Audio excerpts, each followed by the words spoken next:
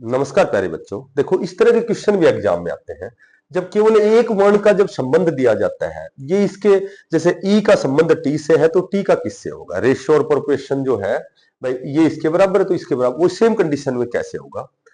तो कई बार तो हम क्या करते हैं, इनको ई 5 है, टी 19 20 है, तो ऐसे ऐसे करते हैं भाई, यहाँ 15 का अंतर है, यहाँ भी 15 का अंतर, तो इस तरह से करते हैं। लेकिन देखो ये कुछ एक ऐसे क्वेश्चन है जहां आपको ऐसे ध्यान रखने हैं कि ये सीरीज याद रखनी है। जैसे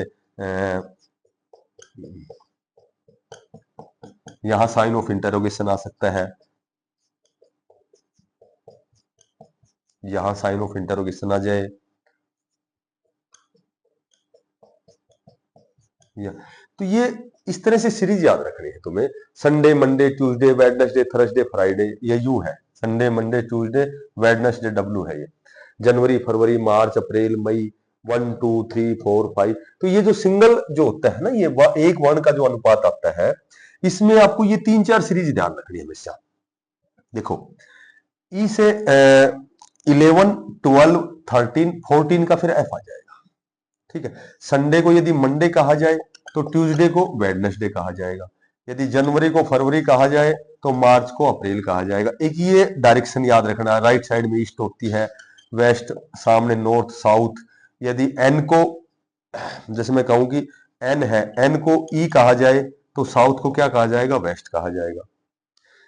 ठीक है, जैसे एक कई बार ये ऐसे भी आ जाती है कि आई को वी कहा जाए तो के को क्या कहा जाएगा। तो कई चीजें ऐसी है जो एक्स्ट्रा आजकल टेक्निकल चीजें आती हैं। जैसे आई में एक रेखा है तो वी में 2 रेखाएं हैं, के में 3 रेखाएं हैं, तो एम ऑप्शन मिलेगा आपको 4 रेखाओं वाला, या डब्ल्यू मिलेगा। रेखाओं से भी इनको डिवाइड कर देते हैं।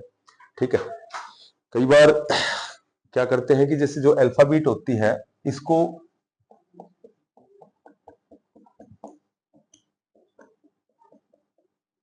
जैसे एन ओ, अल्फाबेट हम ऐसे लिखते हैं, वो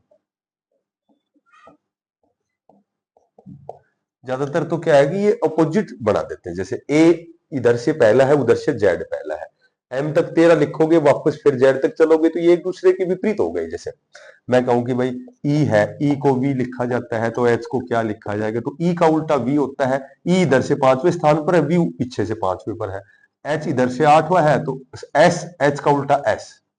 तो ये 3 4 कंडीशन होती है जब एक वर्ण का होता है। बस बेटा।